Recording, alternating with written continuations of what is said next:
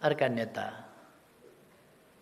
खड्गबहादुर विश्वकर्मा, प्रकाण्ड हो क्या नाम, धर्मेन्द्र बाँसतोला प्रकाण्डजी, धर्मेन्द्र बाँसतोलाजी, बधाई छ भर्खरै छुटेर आउनुभएको।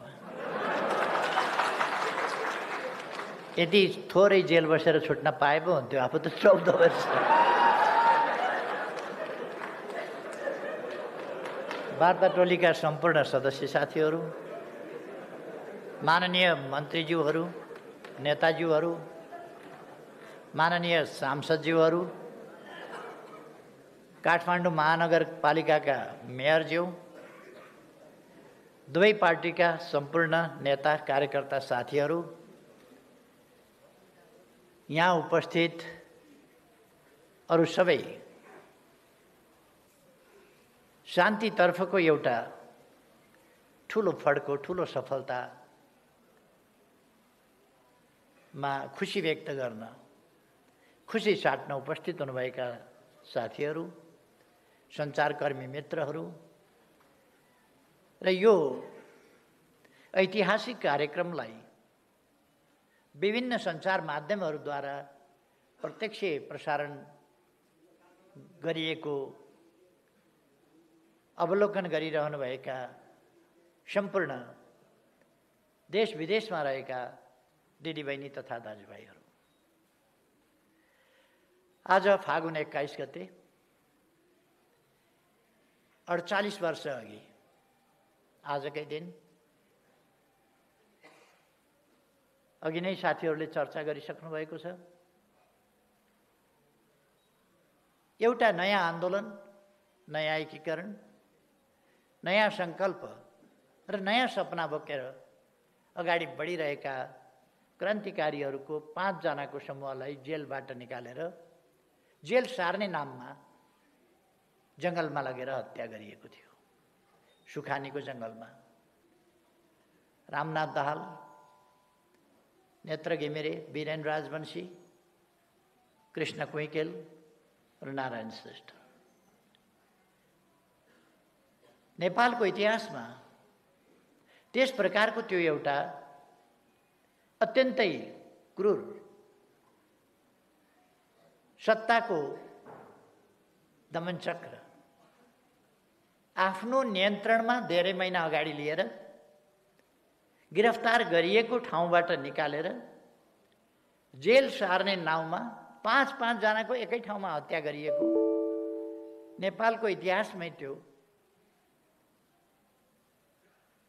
पहिलो घटना हो र त्यस प्रकारको अन्तिम पनि घटना हो। त्यस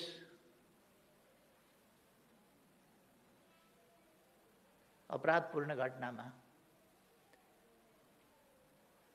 मारिनु भई शहादत प्राप्त गर्नुहुने 5 जना अमर शहीदहरूमा आज यस विशेष दिनमा हार्दिक श्रद्धासुमन अर्पण गर्न चाहन्छु, सबै न्यायप्रेमी जनताको तर्फबाट, परिवर्तन प्रेमी जनताको तर्फबाट।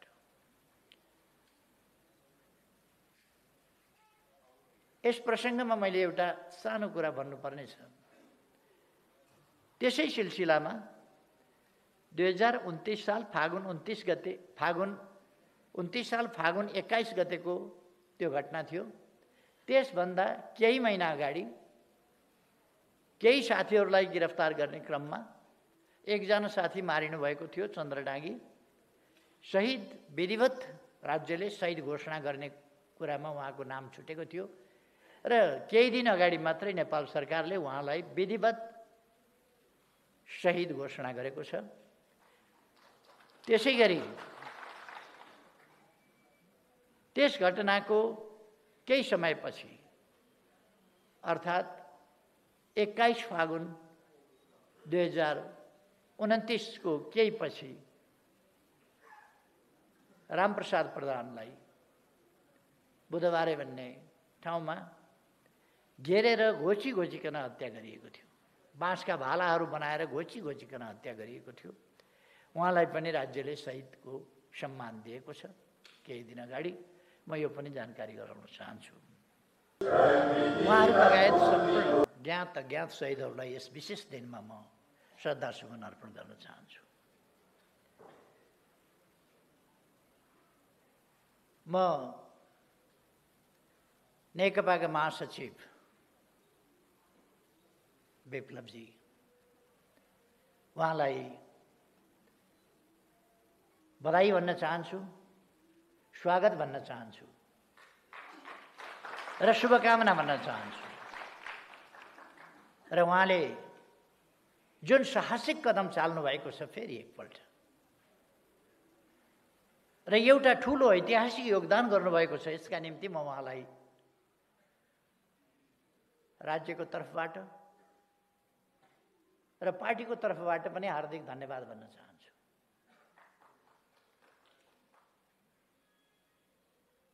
नेपाली जनताले, नेपाली समाजले, नेपाल राष्ट्रले सम्पूर्ण शान्ति खोजेको छ। नेपाली जनतालाई चाहिएका कुराहरूमध्ये राष्ट्रियताको रक्षा, स्वाधीनताको रक्षा र सही प्रयोग, राष्ट्रिय अखण्डताको रक्षा, राष्ट्रिय हितहरूको रक्षा,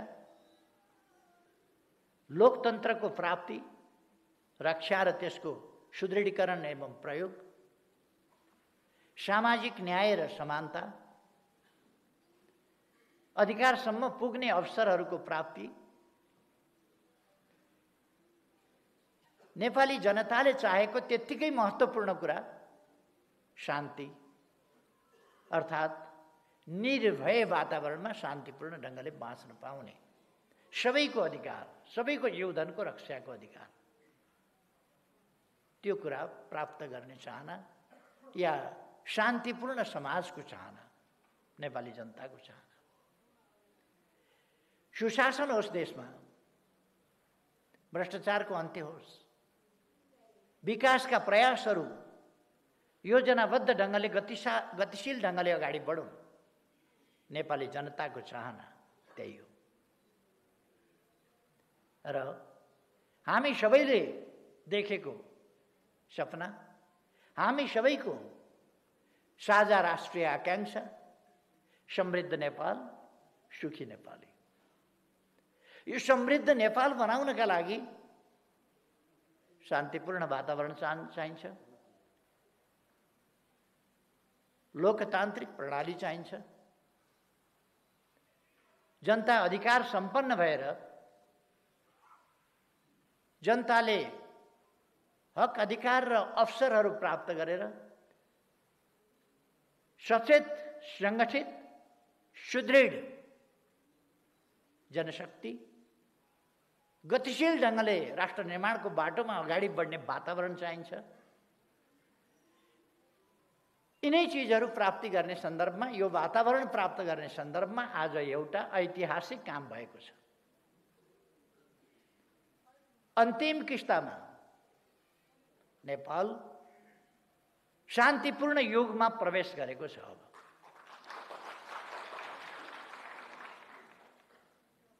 अब नेपालमा हिंसात्मक द्वन्द्व छैन।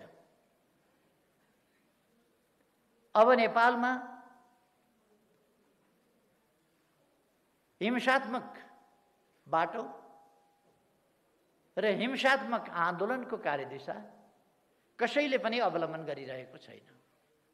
अर्थात् नेपाल शान्तिपूर्ण देश हो र यहाँ शान्ति छ।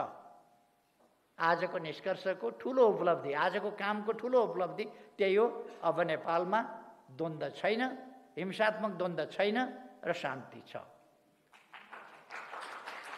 केही दिन अगाडि मात्रै शान्तिको प्यारामिटरमा नेपाल संयुक्त राष्ट्र सङ्घीय मूल्याङ्कनमा नेपाल केही दिन अगाडि मात्रै धेरै विकास गरेर अगाडि बढेको थियो र धेरै देशहरूभन्दा, अमेरिका, चीन, पाकिस्तान, भारत, श्रीलङ्का आदि देशहरूभन्दा शान्तिको मापदण्डमा नेपाल धेरै अगाडि बढेको थियो। त्यो तथ्याङ्क आएको थियो भरे बेलुका संयुक्त राष्ट्रसङ्घले मूल्याङ्कन गर्ने हो भने कसरी गर्ला? झन् साह्रो। यसअघि नै नेपालको शान्तिको स्थिति, त्यसको प्यारामिटर धेरै माथि थियो भने अबको प्यारामिटर के होला? अब धेरै माथि पुगेको छ। यसका लागि म विप्लवजीलाई धन्यवाद भन्न चाहन्छु यस योगदानका लागि। उहाँले एउटा कदमबाट नेपाली जनताको मन धेरै जित्नु भएको छ। एउटै कदमबाट, यसै कदमबाट। र यो साहसिक कदम हो। जोसुकैले एउटा कार्यदिशा, एउटा बाटो समातेर हिँडिरहेको ठाउँमा कार्यकर्तालाई मोड्न सक्दैन, फेल हुन्छ त्यसमा। तर उहाँ त्यसमा सफलतापूर्वक यो फोर्स ल्यान्डिङ होइन, क्र्यास ल्यान्डिङ पनि होइन, यो सेफ ल्यान्डिङ बहुतै राम्रो ढङ्गले यसलाई अरू सफलतापूर्वक अगाडि बढाउने सम्भावनाहरूको बाटोमा, सपनाहरूलाई पूरा गर्ने अझ प्रबल सम्भावनाहरूको बाटोमा उहाँले योगदान गर्नुभएको छ। अघि नै डाक्टर राजन भट्टराईले भनिसक्नुभयो। एक दिन अगाडि, हिजो अस्ति कुन दिन हो, रातारात भनेको मैले पढेको थिएँ कतै। रातारात होइन, यो वर्षौँदेखि हाम्रो रातारात होइन, यो वर्षौँदेखि हाम्रो वार्ता चलिरहेको थियो। वार्ता गर्दा यति हो, हामीले नगरा बजाएर वार्ता गरेनौँ। वार्ता झैँ गऱ्यौँ। जस्तो वार्ता भन्ने चिज हुने गर्छ त्यो गम्भीरताका साथ वार्ता गऱ्यौँ। यसको थालनी, यस विश्वासको थालनी कति 8-10 वर्ष भयो होला। विप्लवजी र म भेटेर गम्भीर कुरा गरेका थियौँ। हामीले केही घन्टा नै कुरा गरेका थियौँ, बहुतै गम्भीरताका साथ नेपालको राजनीतिको सम्बन्धमा। र मेरो उहाँप्रतिको विश्वास र उहाँको म प्रतिको विश्वास सायद त्यसै समयदेखि, त्यसै वार्तादेखि एउटा जग मजबुत हुँदै आएको थियो। र त्यो आज आइपुगेर यस ठाउँमा पुगेको छ। वार्ताको बेहोरा तपाईँहरूले सुन्नुभयो। छोटो छ, 3टा बुँदा। 3टा बुँदा काफी हो। अष्टादश पुराणेषु व्यासस्य वचनम द्वयम्। 18 पुराणमा व्यासले के भन्यो भन्दा 2टा कुरा भने। 18 पुराणको निष्कर्ष 2टा कुरामा व्यासले भने। परोपकार पुण्याय पापाय परपीडनम। धेरै वार्ताहरूको निष्कर्ष, धेरै कुराहरूको निष्कर्ष त्यति छोटा 3वटा बुँदाले भन्छ। कुनै समस्या आइपरे छलफल र वार्ताबाटै हामी टुङ्ग्याउने छौँ, कुस्ती खेल्दैनौँ। छलफल र वार्ताबाटै टुङ्ग्याउँछौँ। एउटा निष्कर्ष।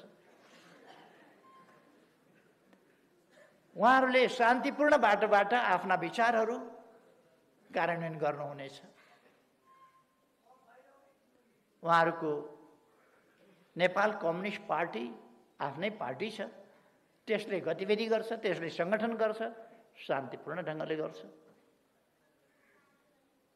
दोस्रो कुरा, शान्तिपूर्ण ढङ्गले गर्ने भइसकेपछि उहाँका नेता कार्यकर्ताहरू प्रक्रिया पुरा गरेर हामी मिलाएर छोड्ने क्रम अगाडि बढाउँछौँ र छोड्छौँ। मुद्दा मामिलाहरू छन् भने तिनलाई अन्त्य गरिन्छ। धर्मेन्द्रजी भर्खर छुटेर आउनुभएको छ। छुट्ने सिलसिला त सुरु भइसक्यो। छुटिसक्नुभयो, सहभागी भइसक्नुभयो नेता। अरू पनि छुट्छन्। अर्थात् यसले अब नेपाललाई एउटा नयाँ दिन मात्रै होइन, नयाँ युगमा प्रवेश गराएको छ। हामी हरेक कुरा एउटा युग परिवर्तनकारी ढङ्गले काम गरिरहेका छौँ। युग परिवर्तन। गत वर्ष हामीले पृथकतावादी आन्दोलन, त्यो मान्यताका साथ चलिरहेका सीके राउतजीलाई राष्ट्रिय राजनीतिको मूलधारमा ल्यायौँ, शान्तिपूर्ण राष्ट्रिय राजनीतिको मूलधारमा।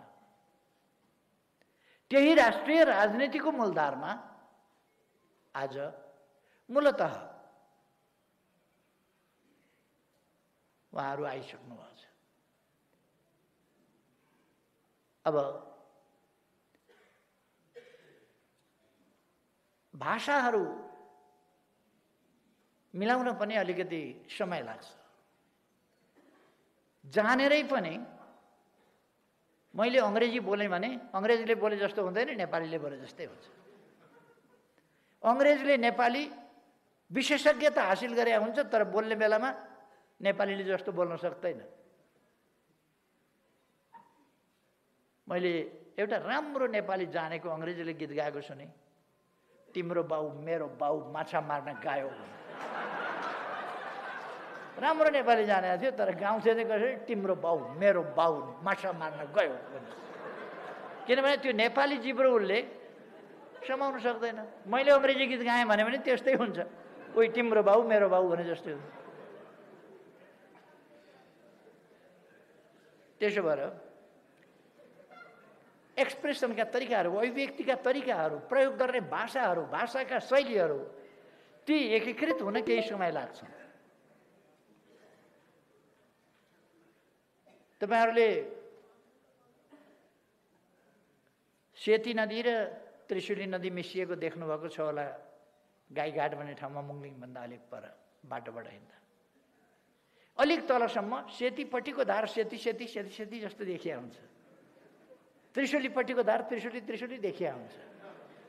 अलिक पर पुगेपछि न सेती न त्रिशुली, सबै एउटै त्रिशुली त्रिशुली हुन्छ। यो एउटा सिलसिला हो, एउटा प्रक्रिया हो। हामी एउटै उद्देश्यमा छौँ, समृद्ध नेपाल, सुखी नेपाली। नेपाल समृद्ध हुनुपर्छ, स्वतन्त्र अस्तित्व सहितको स्वाधीन र स्वाभिमानी नेपाल, शान्तिपूर्ण र समृद्ध नेपाल, एउटा सभ्य र आधुनिक नेपाल जहाँ सबै उपलब्धिहरू, राष्ट्रका उपलब्धिहरू, प्रतिफलहरूमा न्यायोचित हिस्सेदारी पाएका, सामाजिक न्याय र समानताको उपभोग गरिरहेका जनता सुखपूर्ण ढङ्गले बाँचिरहेका जनता भएको नेपाल हाम्रो आकाङ्क्षा त्यही हो।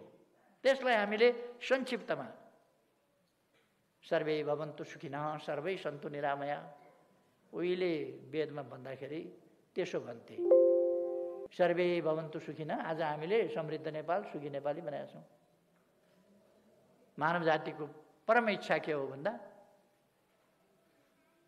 शान्तिपूर्ण, भयरहित, समृद्ध, जैविक र मानवीय आवश्यकताहरूको परिपूर्ति भएको एउटा समाज, सभ्य समाज, सुरक्षित र अधिकार प्राप्त, सम्मानजनक जीवन जिउन पाउन सक्ने समाज, त्यो चाहन्छ मानिसले, त्यही प्राप्त गर्नुपर्दछ। हाम्रा पूर्वजहरूले त्यही भने। सपनाहरू बाँकी रहे, आज ती सपनाहरू पुरा गर्ने माध्यम, त्यो बाटो, ती तरिकाहरू, विभिन्न अनुभवहरूबाट गुज्रिँदै आएर हामी एउटा ठाउँमा पुगेका छौँ र ती सपनाहरू पुरा गर्ने प्रयासमा जुटिरहेका छौँ। दुनियाँका आन्दोलनका, सामाजिक परिवर्तनका, उतार चढावका इतिहास थुप्रै प्रकारका छन्। राष्ट्रिय मुक्ति आन्दोलनका इतिहास छन्, जनताका मुक्ति आन्दोलनका इतिहास छन्, जनताले हतियार उठाएका दृष्टान्तहरू छन्, शान्तिपूर्ण ढङ्गले गरिएका परिवर्तनका दृष्टान्तहरू छन्। चरम दमन र त्यसबाट सिर्जना भएको बलिदान र यातनाका कुराहरू छन्। तिनका निम्ति तयार भएर देशका निम्ति, मानव जातिका निम्ति, मानव समाजको सुखी समाजको स्थापनाका निम्ति जीवन आहुति दिन तयार हुने बहादुरहरूका बलिदानपूर्ण गाथाहरूका इतिहास छन्। यी सबै इतिहासबाट मानव समाज गुज्रिएको छ। परिवर्तनका प्रयासहरू, विकास निर्माणका प्रयासहरू, समृद्धिका प्रयासहरू, यी सबै प्रयासहरूको अन्तिम निष्कर्ष सुख प्राप्ति। यी विभिन्न अनुभवहरू छन्। यति बेला हामीले कसैलाई कम देखाउने, कसैलाई गलत देखाउने, कसैलाई सही देखाउने, कसैलाई होचो देखाउने, कसैलाई अग्लो देखाउने समय होइन। हामी एकताबद्ध भएर नेपाललाई एउटा समृद्ध नेपालको रूपमा अगाडि बढाउने समय हो। त्यसमा हाम्रा पूर्वजदेखिका योगदानहरूलाई कदर गर्दै, अनुभवहरूलाई समेट्दै अगाडि बढ्ने समय हो। आज जुन घटना घटेको छ, जुन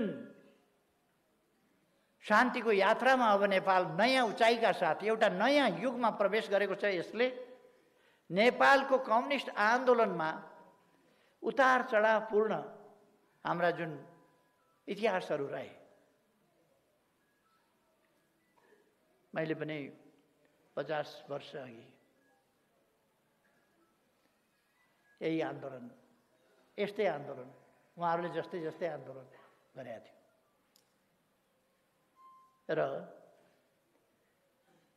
मेरो पार्टीले विधिवत रूपमा 40 वर्ष अगाडि एउटा निर्णयबाट, त्यसबेला यस्तो सभा गर्ने समय थिएन, तर 40 वर्ष अगाडि हामीले शान्तिपूर्ण राजनीतिको बाटोलाई अङ्गीकार गरेका थियौँ। हामीले छोडेको 29 सालको अन्तिमतिरै हो, 30 सालमै हो छोडेको लगभग, तर त्यसलाई पुरा एडप्ट गर्न, त्यसमा एडजस्ट हुन 7 वर्ष अरू लाग्यो। त्यो रूपान्तरण, त्यसबाट एउटाबाट अर्कोमा जान सजिलो छैन। तर यस परिघटनाले, आजको उपलब्धिले विश्वकै कम्युनिस्ट आन्दोलनलाई कसरी कम्युनिस्ट आन्दोलनले शान्तिपूर्ण ढङ्गले समाज परिवर्तनको अगुवाई गर्न सक्छ, नेतृत्व गर्न सक्छ र सार्थक सफलता प्राप्त गर्न सक्छ। विभिन्न प्रकारका प्रतिक्रियावादी शक्तिहरूका जाल, जेल, टिक्णम, हमला र दमन सबैलाई पराजित गरेर अगाडि बढ्न सक्छ। कसरी अनेक प्रकारका उतार चढावहरू, ती सबैलाई कसरी झेल्न सक्छ र हामी असल मनसायका साथ अगाडि बढ्यौँ भने कसरी नजिकै जान सक्छौँ, त्यो कुराको एउटा दृष्टान्त बनेको छ। हाम्रो सफलता, हाम्रो तरिका, यी कुराहरू विश्व कम्युनिस्ट आन्दोलनका लागि दृष्टान्त हुन्। यी सफलताहरू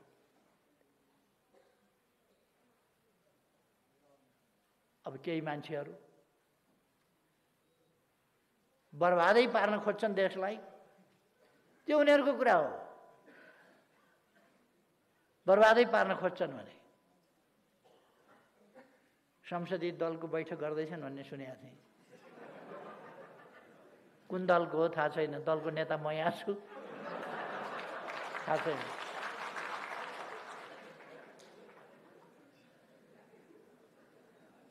उहाँहरू लाग्नुभएको छ मरिमेटेर।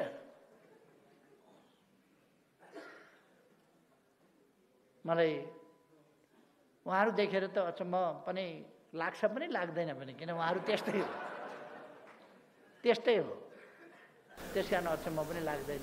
मलाई के लाग्छ भने उहाँहरू देखेर त अचम्म पनि लाग्छ पनि लाग्दैन पनि, किन उहाँहरू त्यस्तै हो।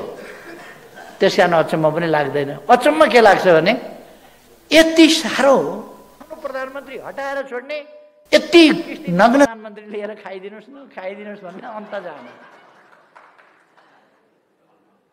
अन्त प्रधानमन्त्री खाइदिनुहोस् भन्न जाने, लिइदिनुहोस् न प्रधानमन्त्री, हामी बनाउँछौँ नि तपाईँलाई, लिइदिनुहोस् न प्रधानमन्त्री भन्ने, आफ्नो 2/3 जार्ने। अनि हामी छौँ नि तपाईँका पछाडि लाग्ने भन्ने, नाविक हुन छोड्ने, हेल्म्सम्यान हुन छोड्ने, पछाडि लाग्ने, नेतृत्व गर्न छोड्ने, नेतृत्व गरिदिनुहोस् भन्न जाने। कुन आइडियोलोजीभित्र पर्छ मलाई थाहा छैन, मैले पढेको मार्क्सवादमा यो पर्दैन। मार्क्सवादका ठुला गफ गरेर सुन्छु म, त्यो मार्क्सवादको कुरा बेग्लै हो। एउटा अलिकति भ्रम छर्न खोजिएको छ, हामीले प्रधानमन्त्रीको यसलाई प्रस्ताव राख्यौँ उसलाई प्रस्ताव राख्यौँ भनेर। हामी कसैलाई पनि प्रधानमन्त्रीको प्रस्ताव अनुचित ढङ्गले राख्नेवाला छैनौँ। हामी प्रधानमन्त्रीको प्रस्ताव कसैलाई राखेका पनि छैनौँ, राख्दा पनि राख्दैनौँ। हामीले भनेको त देशको राजनीतिलाई अस्थिरतातर्फ धकेलियो, अस्थिरतातर्फ जान नदेऊ, लोकतन्त्रको हुर्मत लिने काम हुन लाग्यो। त्यसकारण स्थिरता स्थायित्वतर्फ, लोकतन्त्रको सही अभ्यासतर्फ जाउँ भनेर हामीले प्रतिनिधि सभा विघटनको प्रस्ताव गरेका थियौँ र विघटन गराएका थियौँ।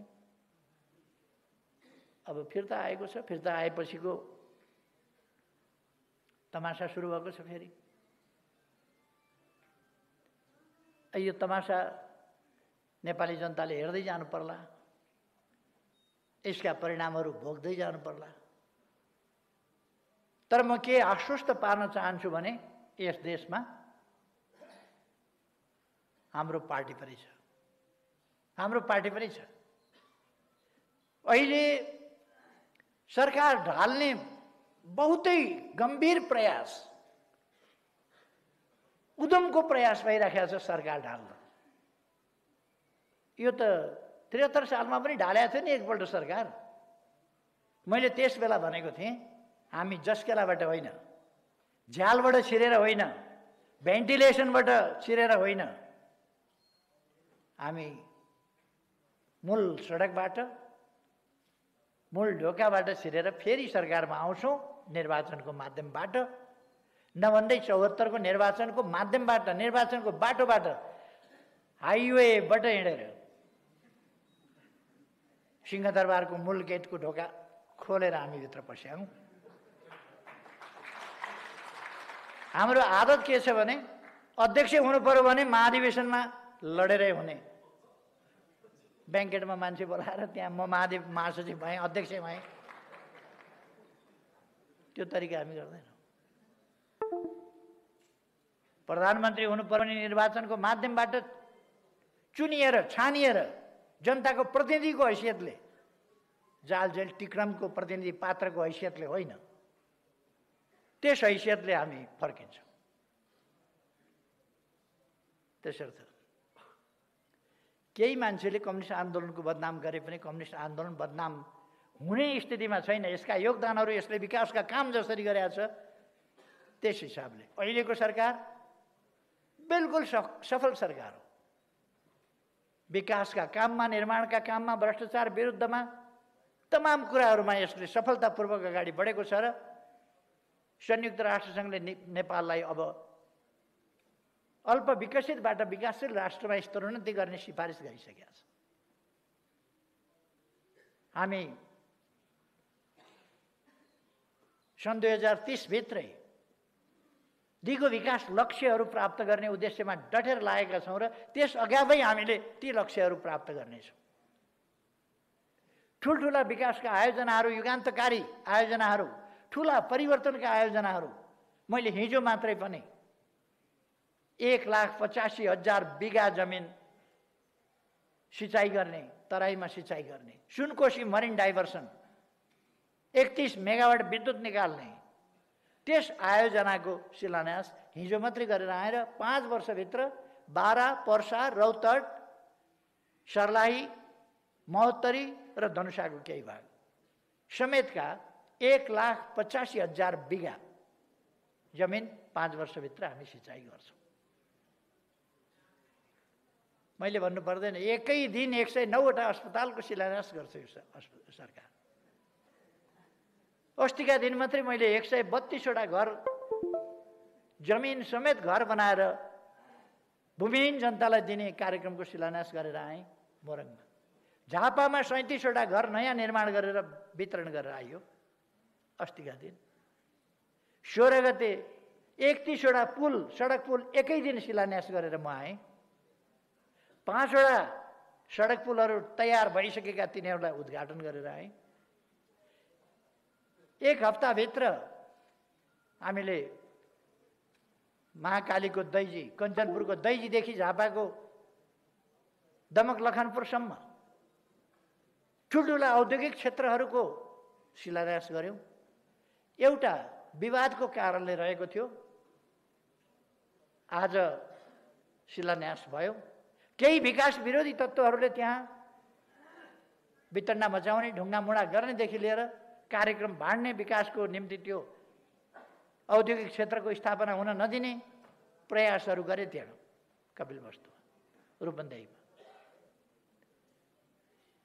तर विकासका कामहरू अगाडि बढेका छन्, तीव्र गतिले अगाडि बढेका छन्। म आज त्यस सन्दर्भमा जान चाहन्न, त्यतापट्टि जान चाहन्न। हाम्रो राष्ट्र निर्माणको अभियान, विकासको अभियान, सुशासनको अभियान, भ्रष्टाचार विरुद्धको अभियान कति सफल र सशक्त ढङ्गले हरेक क्षेत्रमा अगाडि बढेको छ भन्ने कुरा शान्तितर्फको हाम्रो अभियानको, हाम्रो यात्राको यस सफलताले पनि देखाउँछ। मैले अघि नै भने नेपाल एउटा शान्तिको नयाँ युगमा प्रवेश गरेको छ। त्यसका निम्ति म नेपाल कम्युनिस्ट पार्टीलाई धेरै धेरै धन्यवाद भन्न चाहन्छु र त्यसका महासचिव नेता नेत्रविक्रम चन्द विप्लव उहाँलाई धेरै धेरै धन्यवाद भन्न चाहन्छु। यस खुला परिवेशमा र शान्तिपूर्ण राजनीतिको यस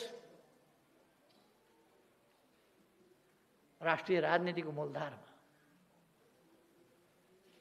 उहाँलाई स्वागत गर्न चाहन्छु। मलाई विश्वास छ यस राजनीतिमा पौडी खेल्न विप्लवलाई आउँछ।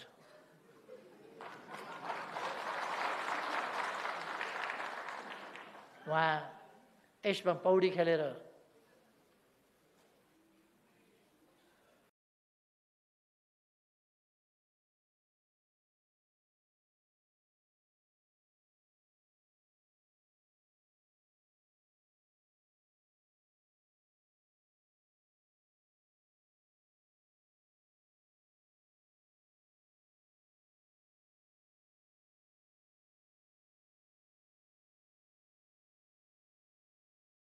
दिशामा उहाँलाई सफलता प्राप्त होस्, धेरै धेरै शुभकामना भन्न चाहन्छु। वार्ता टोलीले अथक मेहनत गरेका छन्। दीपकजी, गृहमन्त्री रामबहादुर थापा बादलज्यू, खड्गबहादुर विश्वकर्मा प्रकाण्डजी,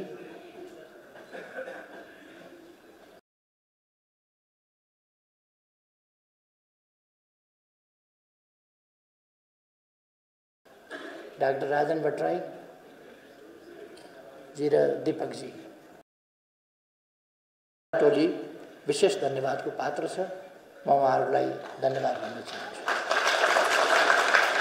यस बीचमा यस काममा योगदान पुर्याउने साथीहरू, प्रत्यक्ष परोक्ष प्रकट अप्रकट विभिन्न ढङ्गले योगदान गर्ने साथीहरू सबैलाई, विभिन्न क्षेत्रहरूलाई, पक्षहरूलाई, सबैलाई पनि हार्दिक धन्यवाद भन्न चाहन्छु।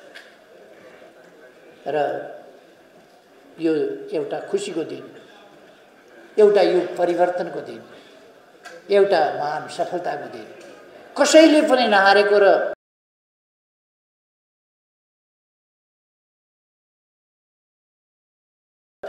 सबैले जितेको, देशले जितेको दिन। यस दिनलाई सार्थक बनाउन योगदान गर्ने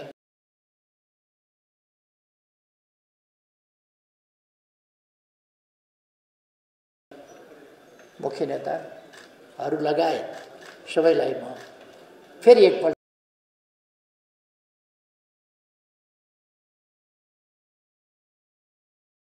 धन्यवाद भन्दै आफ्नो भनाइ टुङ्ग्याउँछु। धन्यवाद।